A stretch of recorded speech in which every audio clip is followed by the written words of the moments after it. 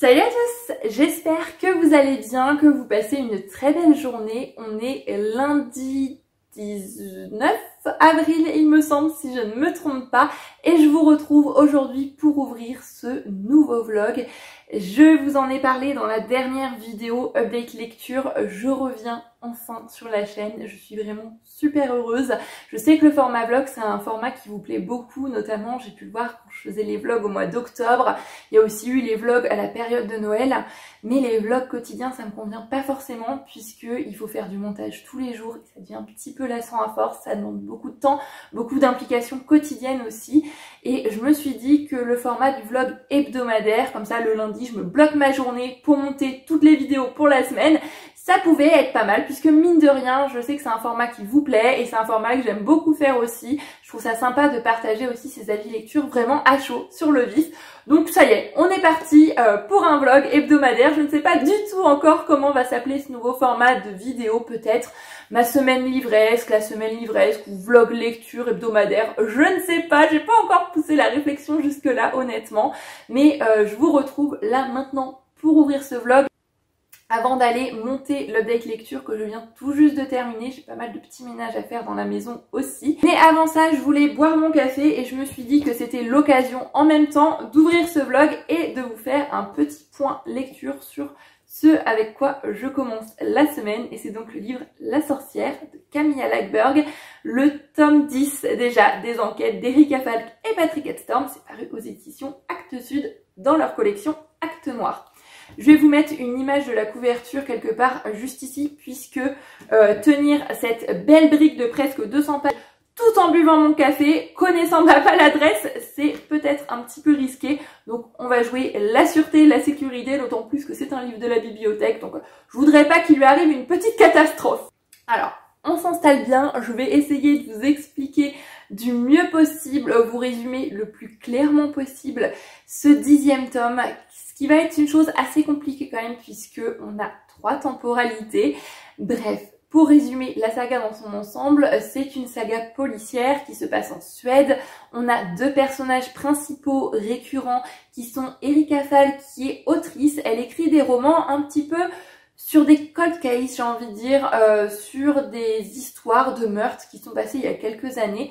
Et elle revient dessus des années après, elle essaye de rencontrer des personnes qui étaient impliquées à l'époque des faits, elle essaie d'apporter une autre perspective, une autre lumière à l'histoire avec du recul, avec le temps, avec de nouvelles technologies, avec des éléments nouveaux, avec un regard neuf aussi sur certaines histoires. Et elle est mariée à Patrick Hedstorm qui lui est policier dans le commissariat de Tanumshid. Donc on suit la vie de ce couple, leur vie personnelle avec leurs enfants, leur vie conjugale, maritale, etc. Et aussi la vie du commissariat, Patrick avec ses collègues, on suit un petit peu la vie de chacun de ses collègues aussi, on sait moins précisément que ce qui se passe chez Patrick et Erika, mais voilà, on sait leur quotidien aussi, on les connaît depuis 10 tomes maintenant, ça fait un petit moment, et apparemment ce 10e tome serait le dernier, donc ça fait un petit quelque chose quand même, parce que c'est entre autres avec cette saga que je me suis rendu compte que je pouvais beaucoup aimer les romans policiers. Dans ce 10e tome, Erika a choisi d'écrire un livre sur l'affaire Stella. C'est une affaire qui s'est déroulée il y a 30 ans de ça. Stella, c'était une petite fille très joviale, pleine de vie, de 4 ans, qui menait une vie assez lambda, assez banale, avec ses parents qui l'aimaient beaucoup, sa grande sœur qu'elle aimait beaucoup aussi, vivait dans une petite ferme qui est entourée d'une forêt. On avait 2 protagonistes très importantes aussi dans cette affaire à l'époque, qui étaient 2 adolescentes. D'une part, on a Hélène qui vivait très bien avec des parents qui étaient très influents dans la vie locale. Son père était président du Rotary, sa mère, elle, organisait beaucoup d'événements mondains. Voilà, c'était une fille unique et qui venait d'une famille très aisée. Et on avait aussi Marie, qui était la meilleure amie d'Hélène, ce qui n'était pas forcément bien vu par les parents d'Hélène, puisque au niveau train de vie, mode de vie, c'était vraiment l'opposé. Marie, elle vivait avec 2 frères aînés, 2 parents qui étaient très connus de la police, puisqu'à chaque fois qu'il y avait des affaires de violence, de vol, de violence conjugale aussi, c'était souvent chez eux qu'ils se rendaient. Les parents d'Hélène qui, eux, sont très réputés, ont vraiment une place dans la société locale et pour qui le paraître, la réputation est vraiment capitale, vraiment primordiale, voient d'un très mauvais œil cette relation. Ils ont donc interdit aux 2 filles de se côtoyer. Mais bon, c'est des adolescentes, hein, donc elles vont trouver bien évidemment des moyens de se voir malgré tout. et on va leur être demandé aux deux filles de garder Stella un après-midi. C'est une chose qui arrivait assez régulièrement, même avant que les parents d'Hélène les interdisent de se fréquenter, c'était souvent qu'elles allaient garder Stella, qui est un petit peu leur petite voisine. Bon, voilà, ils y voient pas d'inconvénient, c'est pour un babysitting, c'est pour aider les parents de Stella qui, en plus de ça, ont une bonne place dans la société également. Donc, elles vont garder la petite fille, sauf qu'on va s'apercevoir le lendemain que Stella a disparu et elle va être retrouvée morte dans la forêt. Les deux jeunes adolescentes vont avouer le meurtre, avouer avoir battu à mort cette fillette de 4 ans avant de se rétracter, mais bon, elles avaient avoué, le mal était fait. Pour la population locale, elles sont coupables. Elles avaient 13 ans au moment des faits, donc elles n'ont pas eu de peine de prison. C'est les services sociaux qui se sont occupés de leur cas. Marie a été placée en famille d'accueil et Hélène y considérait qu'elle avait un train de vie stable, un entourage stable, donc elle est restée chez ses parents. Mais leur vie a changé du tout au tout. La vie des parents et de la sœur de Stella, bien évidemment, puisque c'est un drame impossible à imaginer, mais elles qui ont ensuite pendant 30 ans clamé leur innocence étaient quand même aux yeux de tout le monde coupables d'un meurtre, ce qui est pas rien. Et donc 30 ans après, Hélène habite toujours à Fialbaca avec son mari, elle a un fils. Marie, quant à elle, a fait sa vie aux États-Unis, c'est devenue une grande star de cinéma qui a entre autres monté sa carrière sur son innocence qu'elle a clamée pendant 30 ans, sur cette injustice, comme elle le dit, alors qu'elles avaient quand même à un moment avoué un meurtre qu'elles n'ont apparemment pas commis. Et pour la première fois depuis 30 ans, Marie revient à Fialbaca. Et là, Erika se dit, bah, c'est l'occasion de lui parler, c'est l'occasion de la rencontrer pour mon livre et pour peut-être, eh bien, les aider à clamer leur innocence. Ça, c'est pour l'affaire Stella, pour l'histoire qu'Erika est en train d'écrire dans ce 10e tome.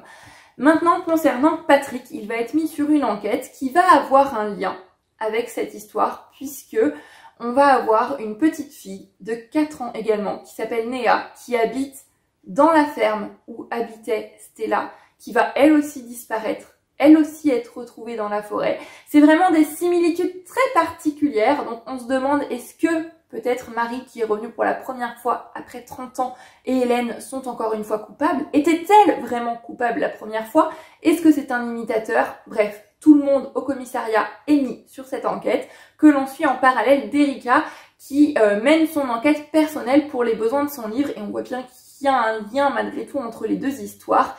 Et je vous l'ai dit, dans ce tome-ci, Camilla Lackberg ne se contente pas de 2 temporalités, elle nous en apporte une 3e, cette fois-ci avec l'histoire d'une jeune femme qui est mère, veuve, et qui va devenir bonne un petit peu pour sa sœur, qui est l'épouse d'un pasteur dans un presbytère, mais vraiment des années en arrière. Apparemment, cette jeune femme va être accusée de sorcellerie. J'en sais pas plus, pour l'instant je me demande clairement ce que cette histoire peut avoir comme lien avec les 2 autres en fait. J'ai l'impression que c'est amené là un petit peu comme un cheveu sur la soupe. Mais voilà, connaissant l'écriture, connaissant les histoires de Camilla Lackberg, je me doute bien qu'à la fin ça va me retourner complètement le cerveau, que je vais me dire what? C'est comme ça que les 2 histoires s'assemblent, c'est incroyable. J'en doute pas une seconde, mais j'ai vraiment hâte de voir le lien que cette histoire peut avoir avec les 2 autres, parce que pour l'instant, je ne vois juste absolument pas le rapport. On a beaucoup de thématiques qui sont abordées dans ce livre. On va parler de la crise migratoire aussi, on va parler de racisme, de xénophobie. Voilà, il y a vraiment tout un tas de sujets qui sont abordés dans ce livre, vraiment beaucoup de sujets, plus que dans les tomes précédents. Que étant potentiellement le dernier tome de la saga, Camilla Lackberg n'a pas voulu tout donner, un petit peu tous les sujets qu'elle avait en tête, potentiellement pour d'autres tomes ou pour les précédents, et dire bon allez, je mets le paquet, je mets tout dans celui-ci. Je trouve qu'il y a trop de sujets abordés et pas vraiment en profondeur. Ça va peut-être changer dans la suite de ma lecture, hein, mais trop de choses. Et donc on peut pas s'attarder sur chacune d'elles, même si c'est un livre qui fait quand même 700 pages. C'est un petit peu dommage, mais je ne doute pas que tous ces éléments soient là pour une raison et la fin promet d'être grandiose. J'ai bien avancé hier, voilà, j'en suis ici. Je ne sais pas si je vais le terminer aujourd'hui. Honnêtement, c'est gros, mais ça se lit super bien, super facilement, super rapidement. Camilla Lackberg a une plume qui est vraiment extrêmement fluide, c'est addictif, c'est prenant. Et ouais, j'ai hâte de savoir la fin de cette histoire. Donc voilà pour le petit point lecture sur ma lecture en cours. Sur ce, je vais finir mon café, arrêter de blablater et puis aller m'atteler au montage de l'update lecture. Et bien moi, je vous dis à plus tard.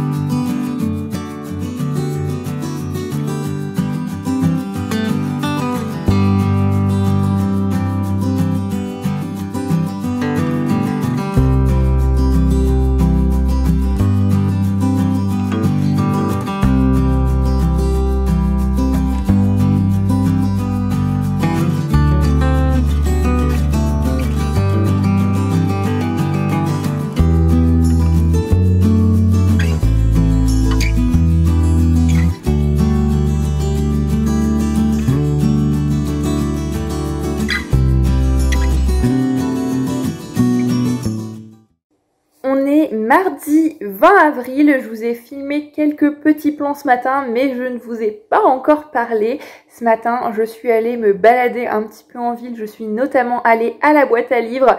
J'ai déposé Maruzza Musumeci de Andrea...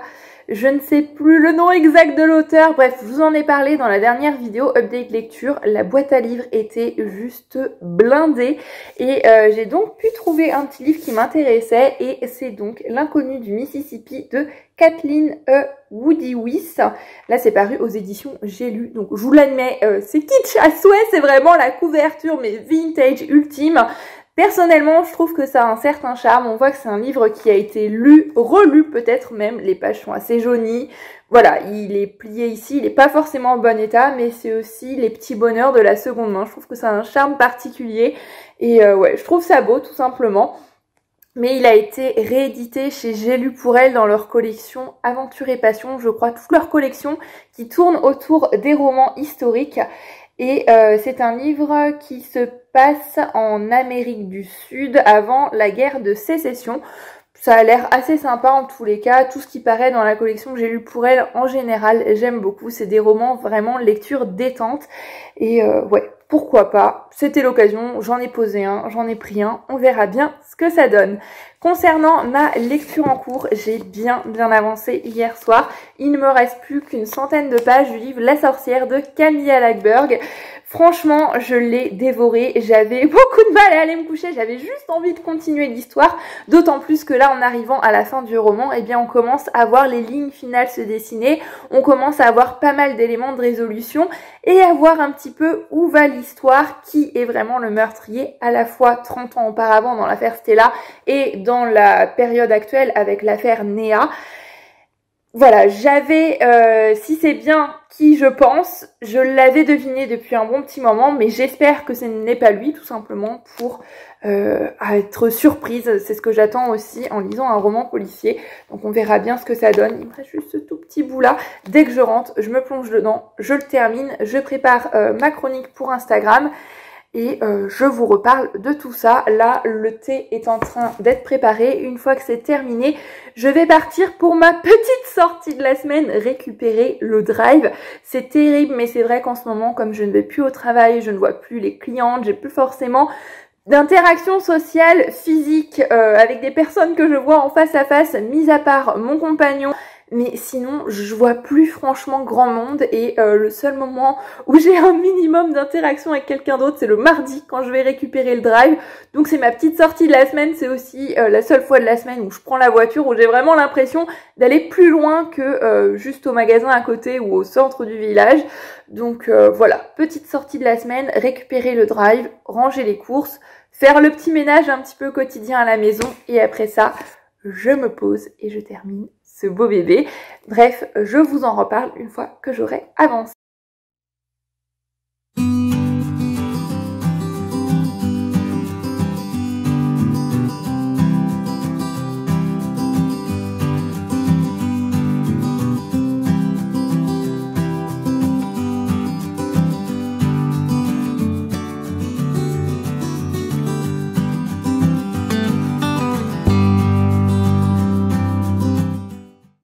Il est 4h moins le quart et ça y est, je viens de tourner la dernière page de La sorcière de Camilla Lagerberg et je ressors de cette lecture assez mitigée, à chaud. Là, je pense que c'est l'un des tomes que j'ai le moins apprécié de cette saga puisque d'une part j'ai pas eu ce retournement de cerveau, ce waouh c'est pas possible, j'avais pas vu ça venir, ce que j'attends en fait d'un roman policier ou d'un thriller. Là il y a beaucoup de choses que j'avais trouvées prévisibles, beaucoup de choses que j'avais devinées qui m'ont donc un peu gâché cet effet de surprise quand même et je garde ce sentiment dont je vous avais parlé lorsque j'avais commencé ma lecture, cette impression que l'autrice s'éparpille trop dans ce livre qui est apparemment le dernier de la saga. Elle a voulu traiter de trop de sujets. On va parler de la crise migratoire, on va parler des fusillades dans les milieux scolaires, on va parler aussi de la sorcellerie au XVIIe siècle. D'ailleurs, cette histoire qui est notre troisième temporalité dans le récit, en terminant le livre, je vois toujours pas vraiment ce qu'elle a apporté à l'histoire, si ce n'est cette envie qu'avait l'autrice d'écrire sur cette période. Elle s'est dit, bon allez, je veux bien trouver une manière de poser ça là, mais finalement ça apporte rien à l'histoire, si ce n'est à la fin des descriptions de torture juste immondes qui m'ont retourné le cœur, que j'avais beaucoup de mal à lire. C'était assez laborieux, vraiment. Ces dernières pages, ces dernières descriptions, c'était juste... voilà, moi qui ai beaucoup de mal avec tout ce qui est sanglant, gore, que ce soit dans les livres, dans les films, dans les séries... Voilà, là c'était dur, hein, et en plus de ça, ben, comme je le disais, j'ai pas trouvé que ça apportait quelque chose à l'histoire, malheureusement. Le lien qu'elle amène avec les enquêtes, je trouve qu'il est assez bancal, assez facile, assez peu crédible même. Donc voilà, là-dessus je suis un petit peu déçue. L'effet de surprise, je l'ai pas eu. Les personnages, je me suis pas forcément trop attachée à eux dans ce tome-ci. Donc malheureusement pour moi, c'est celui que j'ai le moins aimé de la saga. Et si c'est le dernier, eh bien c'est peut-être tant mieux, j'ai envie de dire, parce que peut-être que la saga commence à s'essouffler, même si bien sûr ça va me manquer de retourner à Fialbaka, qui est un petit village que j'ai beaucoup aimé côtoyer tout le long de ces 10 tomes. Ça va me manquer aussi de ne plus retrouver Erika, Patrick, Anna, Dan, des personnages que l'on apprend à connaître, que l'on a vu évoluer sur 10 tomes quand même, sur une certaine période. On les a vus grandir, on les a vus évoluer, on les a vus s'installer, on a vu leur famille s'agrandir aussi. Donc une super saga pour tout ce côté-là, même si j'ai moins apprécié ce 10e et potentiellement dernier tome, bah, c'est quand même une saga de policiers que je ne peux que vous recommander. Les tomes précédents m'ont tous surpris, je les ai tous trouvés géniaux, et celui-ci a été quand même divertissant. J'ai quand même passé dans l'ensemble, hein, mis à part les dernières scènes qui se passent au XVIIe siècle, un bon moment de lecture. Et je garde un bon souvenir de cette saga, puisque c'est entre autres cette saga qui m'a donné envie de lire plus de thrillers, plus de romans policiers. C'est cette saga qui m'a permis de me remettre dans ce genre il y a quelques petites années maintenant. Donc je pense que quand j'aurai envie de retourner à Fialbaka, quand j'aurai envie de me replonger dans cet univers, eh bien je partirai à la découverte des adaptations qui en ont été faites en bande dessinée. Sur ce, maintenant je pense que je vais peut-être regarder quelques vidéos YouTube, préparer quelques posts pour Instagram, et moi eh bien je vous dis comme toujours à plus tard. On est mercredi, je ne vous ai pas encore parlé aujourd'hui, donc j'en profite, j'ai un petit peu de temps, c'est calme, on n'a pas de chien qui aboie dehors, on n'a pas de bruit intempestif, donc j'en profite pour vous parler du livre que j'ai choisi, celui qui va être ma prochaine lecture. J'ai pas très bien dormi cette nuit, j'avais la flemme de me maquiller, je me suis coiffée à l'arrache aujourd'hui, c'est vraiment journée posée, tranquille, j'ai rien de prévu, et donc je vais me plonger une bonne partie de l'après-midi ou de la soirée, je pense, dans ma nouvelle lecture qui va donc être On met longtemps à devenir jeune. C'est un livre de Christine Jusanx, je pense, paru chez Pocket, un livre qui traîne dans ma palle depuis un petit moment, je pense. Le titre m'avait interpellée chez Emmaüs, je m'en souviens, je n'ai jamais entendu parler de ce livre. On y suit une femme qui a 59 ans, qui s'appelle Jeanne, et qui voudrait faire une colocation à Paris, de préférence avec un étudiant étranger, avec quelqu'un de jeune, pour pouvoir commencer une nouvelle vie, profiter de la vie parisienne. J'en sais pas plus, la 4e nous dit un roman plein d'humour et de tendresse, avec une héroïne attachante et plus jeune que jamais. Voilà, ça a l'air prometteur, ça a l'air frais, ça a l'air léger, parfait à lire avec le soleil qui est au rendez-vous aujourd'hui, et j'avais surtout besoin d'une lecture assez calme, assez tendre, assez douce, et pourquoi pas avec des petites touches d'humour. Après les descriptions assez dégueulasses que j'ai eues dans La fin de la sorcière de Camilla Lackberg, un roman policier, voilà, j'avais envie de passer à quelque chose d'un petit peu plus léger, donc je vais découvrir celui-ci. Il est pas franchement très bien noté sur Livre Addict, il me semble qu'il a 12 ou 13 sur 20. Et les gens disent que c'était dans l'ensemble un roman qui était assez lent, assez long, qui les a pas vraiment convaincus. Donc j'espère faire partie du camp adverse, j'espère faire partie de ceux qui aiment ce roman, parce que c'est toujours plus plaisant que d'avoir une lecture un petit peu moyenne, un petit peu bof. Il fait, je vous dis ça, 283 pages, il est pas très gros, donc je pense que ça peut se lire très rapidement. Vous remarquerez peut-être que j'ai un rythme de lecture assez important en ce moment quand même, et c'est pas mon rythme habituel de quand je travaille, de quand j'ai plein de choses à faire, c'est vraiment parce qu'en ce moment je suis dans une période assez particulière, et c'est vrai que je trouve un certain refuge, je trouve un certain réconfort dans la lecture, donc j'en profite, j'ai le temps, j'ai surtout très envie de me plonger dans les livres, donc eh bien c'est ce que je fais. Je pense que je n'ai pas grand chose de plus à vous dire pour l'instant, donc je reviendrai papoter avec vous une fois que j'aurai commencé cette lecture-ci. Me revoilà, on est vendredi, je ne vous ai pas pris hier tout simplement parce que j'ai rien fait de bien fou. On s'est levé assez tôt pour emmener la voiture de mon chéri au garage. Après ça, la journée a filé à toute vitesse. J'ai lu, donc je vais vous faire un petit point lecture puisque j'ai terminé On met longtemps à devenir jeune de Christine Jusanx. Donc moi j'ai une édition de poche parue chez Pocket. Mais hier, surtout, j'ai reçu un message de ma responsable qui me dit que je vais pouvoir travailler un petit peu la semaine prochaine, bien évidemment à magasin fermé, puisque on n'a toujours pas l'autorisation de réouvrir. Mais je vais avoir des choses à faire, je vais pouvoir retrouver mes collègues un petit peu et ça fait plaisir, ça fait du bien au moral. Vraiment, j'étais juste super heureuse hier soir. En plus de ça, aujourd'hui, il fait un soleil juste magnifique. Ça permet de faire le plein de vitamine D. On va pas se mentir, les jours ensoleillés, ça fait quand même sacrément du bien au moral. Je suis de super humeur. J'ai pas commencé de nouvelles lectures en cours. Je vous en reparlerai plus tard dans la journée quand je vais prendre mon livre, mais ça va probablement être de la lecture jeunesse pour tout le week-end, puisque il me reste 2 petits livres jeunesse que j'avais empruntés à la médiathèque. Il va bientôt falloir que je les rende. Donc je vais me plonger là-dedans. En plus, je sais que c'est des lectures qui vont être assez faciles, qui vont se lire assez rapidement. Donc ça, je vous en reparlerai plus tard, le moment venu, quand je vais les commencer.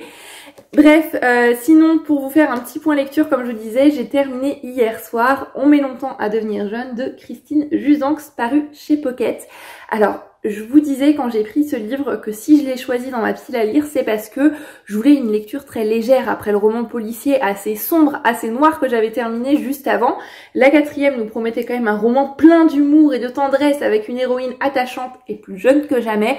Bien, malheureusement pour moi, ça a été un petit flop en fait. Je ne me suis pas attachée plus que ça au personnage de Jeanne. Je sais pas, il me manquait quelque chose.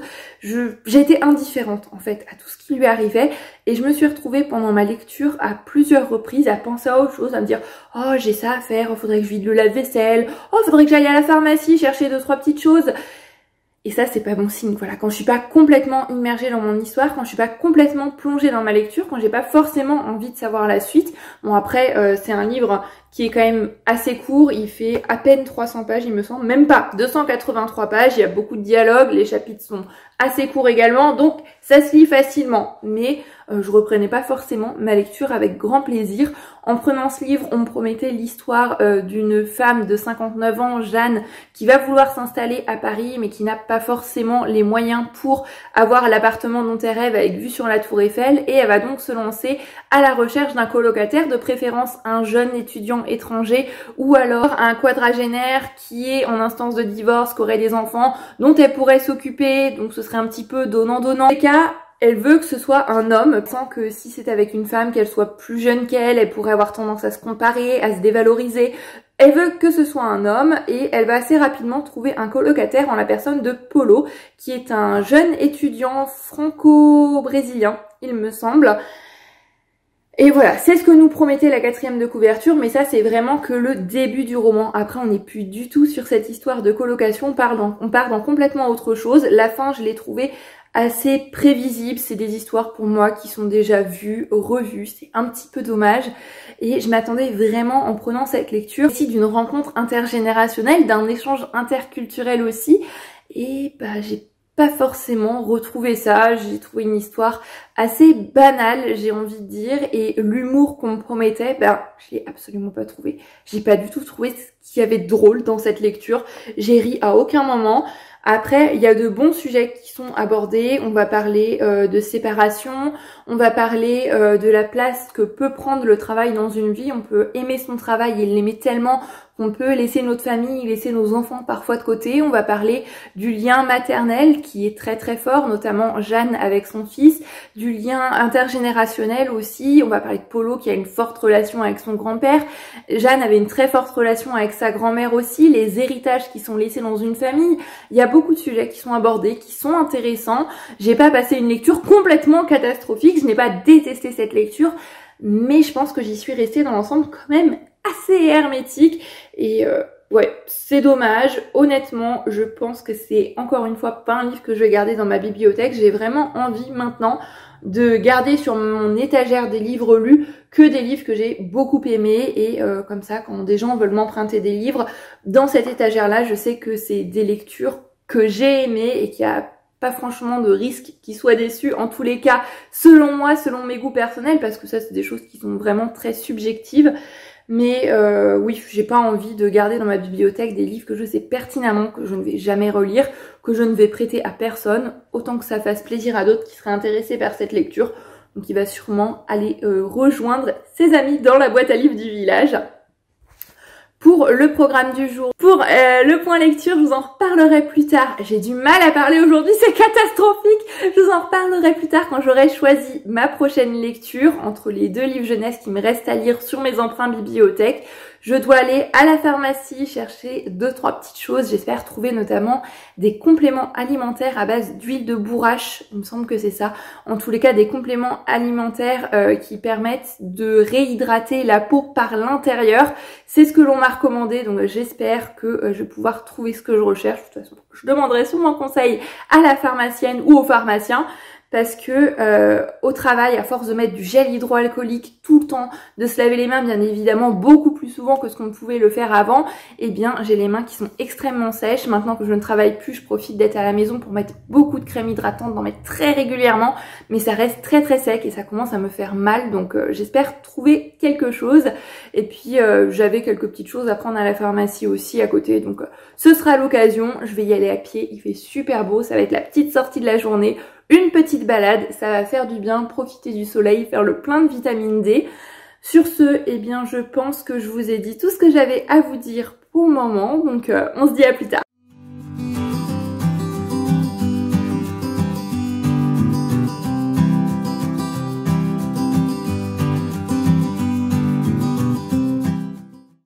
Il est bientôt 3h, je viens de rentrer de ma petite sortie balade à la pharmacie, ce qui m'a fait traverser le village, ce qui m'a fait prendre le soleil surtout, le plein de vitamine D, ça fait du bien. J'ai pu prendre ce pourquoi j'y allais à la base, mais finalement, eh bien, le petit complément alimentaire que je voulais ou quelque chose qui puisse mieux hydrater la peau, ils n'en ont pas du tout, parce qu'on est vraiment sur la toute petite pharmacie de village, donc ils me conseillaient d'aller dans un établissement plus grand, ce que je ferai donc un autre jour. C'est pas grave, bref, je suis super contente d'être sortie. Là, je vais commencer le montage du vlog que vous êtes en train de voir maintenant. J'essaye d'anticiper tout ce que je peux anticiper, parce que quand je vois le nombre de rushs que j'ai déjà, je me dis que la vidéo va être juste interminable.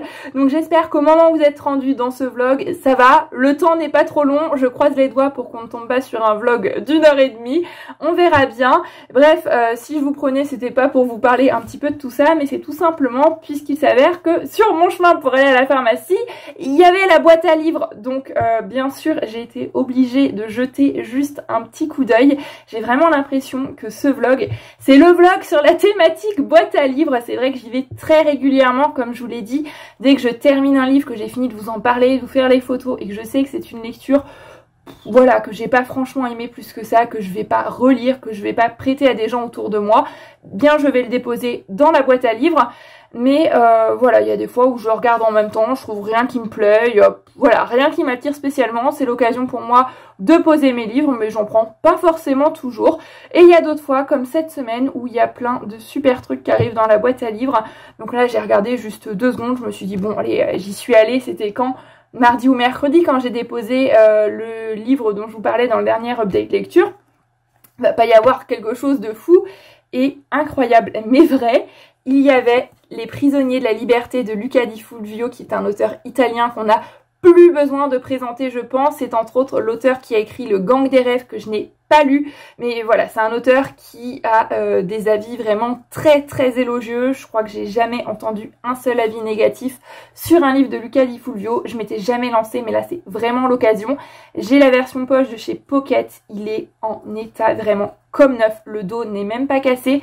Enfin, c'est incroyable, un livre en si bon état, comme ça, posé dans la boîte à livres. Donc j'ai sauté sur l'occasion et lundi j'y retournerai pour mettre donc On met longtemps à devenir jeune, une fois que je vous aurai tourné la vidéo update lecture.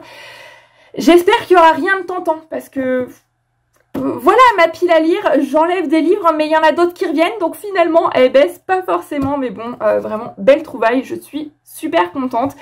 La boîte à livres, c'est vraiment fluctuant, hein. Il y a des périodes où j'y vais beaucoup, où je trouve beaucoup de choses. Il y a des périodes où j'y vais beaucoup pour déposer des livres et où je prends rien. Ce qui me permet là de faire baisser ma pile à lire. Mais en ce moment, on est plutôt sur un j'en pose un, j'en prends un. Donc finalement, ça reste à un niveau assez similaire. Mais bon, c'est pas grave, ça a quand même fait ma journée. Je suis super contente. Maintenant que je vous ai partagé ça, eh bien, ça y est, j'arrête de blablater et je me mets au boulot avec le montage.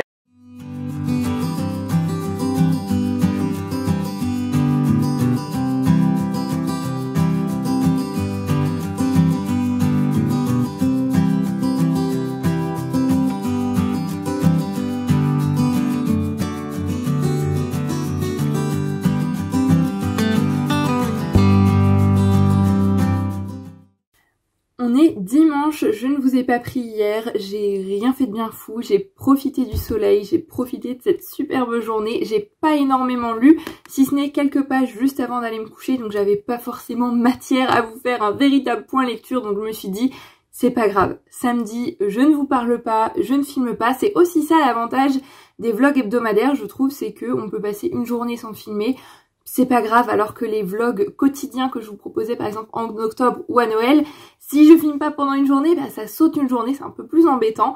Bref, je vous retrouve pour vous parler du tout début de ma lecture de Pax et le petit soldat de Sarah Pennypacker, paru aux éditions Gallimard Jeunesse et c'est illustré par Jon Klassen.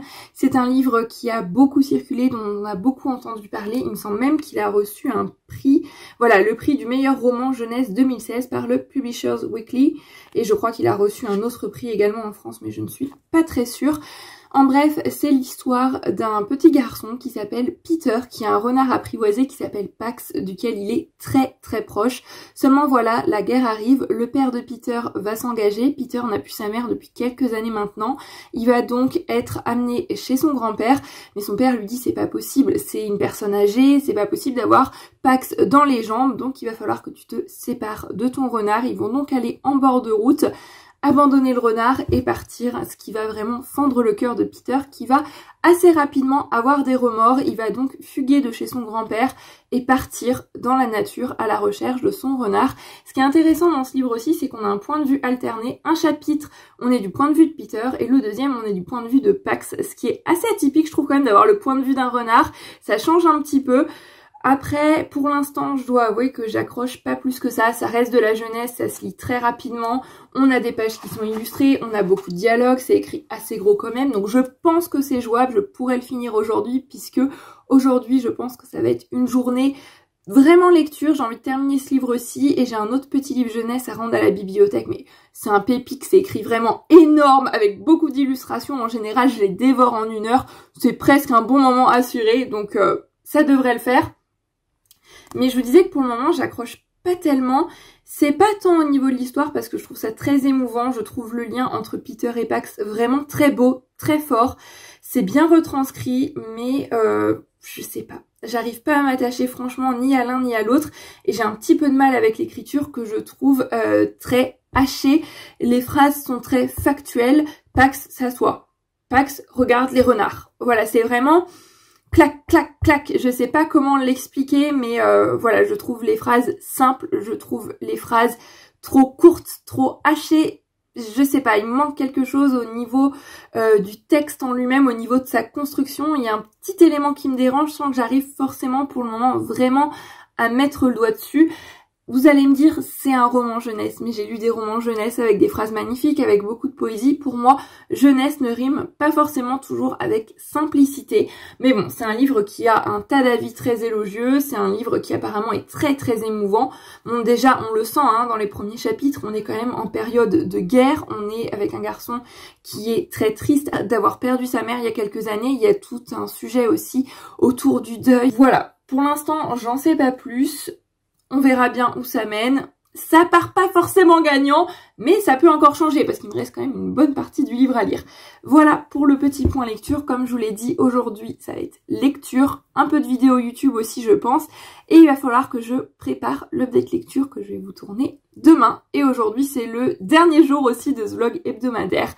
Donc voilà un petit peu pour les nouvelles. Je pense que c'est tout ce que j'avais à vous dire. Donc eh bien, moi, je retourne probablement à ma lecture et je vous dis à plus tard. Hey, il est 5 h, je vous retrouve au même endroit mais un petit peu plus tard pour un petit point lecture puisque ça y est, après 2 heures de lecture intensive, vraiment posée au calme sur le canapé, c'était juste parfait, j'ai terminé Pax et le petit soldat.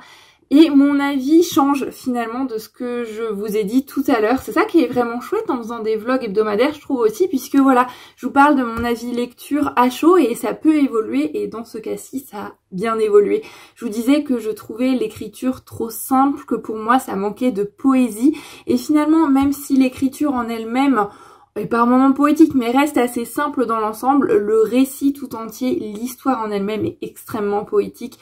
Que dire sur ce livre, que dire sur tous les sujets qui sont abordés? Franchement, il y a beaucoup de choses. On parle d'écologie, on parle de l'impact de la guerre sur les personnes qui font la guerre à travers le personnage de Vola, sur les personnes dont les proches sont partis à la guerre, les personnes qui sont inquiètes à travers notre personnage principal qui est celui de Peter.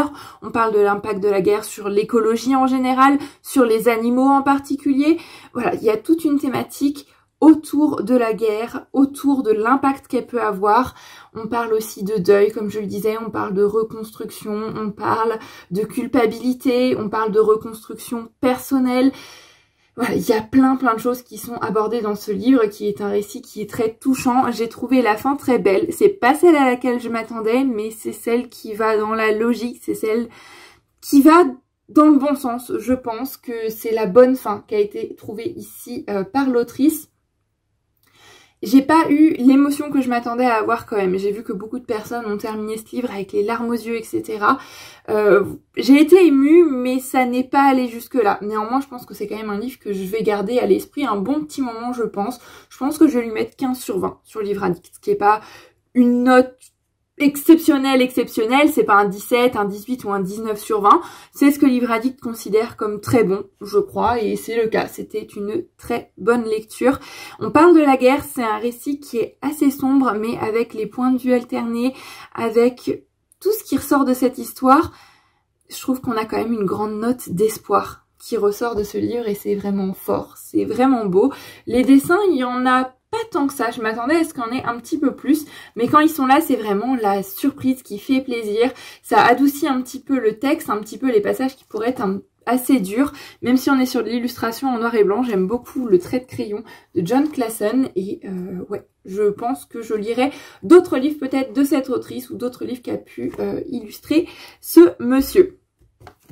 Donc voilà pour ma lecture passée, je vous disais qu'il me restait un petit livre de la bibliothèque que j'aimerais bien lire avant de devoir le rendre, donc je vais aller déposer mes livres à la bibliothèque mardi. Et il reste quelques heures avant la fin de la journée, donc je pense que c'est faisable que je le dévore aujourd'hui. Là je vais faire une petite pause, je vais regarder quelques petits vlogs YouTube je pense, mais c'est un livre qui est assez court. Ce livre c'est Poppy sauve le monde de Stéphanie et Richard, paru chez Sarbacane dans leur collection Pépix.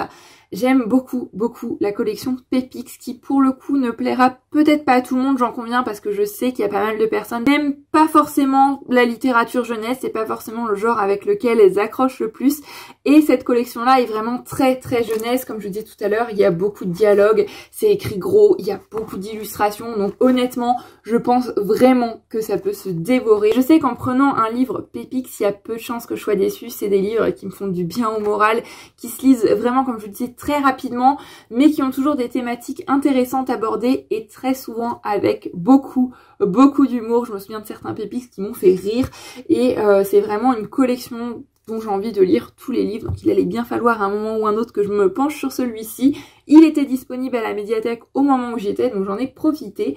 Dans celui-ci, on fait la rencontre de Poppy qui a un super pouvoir. Quand elle regarde quelqu'un dans les yeux, elle peut le convaincre de faire ce qu'il veut. Et elle va apprendre que dans certains pays du monde, les enfants, plutôt que de devoir aller à l'école, sont forcés de travailler. Et là, elle est prête à tout pour remédier à ça. Elle va essayer d'envoûter avec son étrange pouvoir le président de la République. Et ce, bien sûr, pour la bonne cause, puisqu'elle essaye toujours de mettre ses pouvoirs au profit des meilleures causes, des causes les plus justes qui soient. Et ouais, ça a l'air drôle, ça a l'air un petit peu barré, comme pas mal des livres de la collection Pépix, mais c'est aussi pour ça que je les aime. Donc voilà, je pense que je vais me pencher là-dessus d'ici 1 heure, 1 heure et demie. Et je vous en dirai plus une fois que je l'aurai terminé. Je pense que là, je vais pas faire de petits points lecture à la moitié du livre. Donc je vous dis à plus tard pour ce qui sera sûrement le dernier petit point lecture de ce vlog.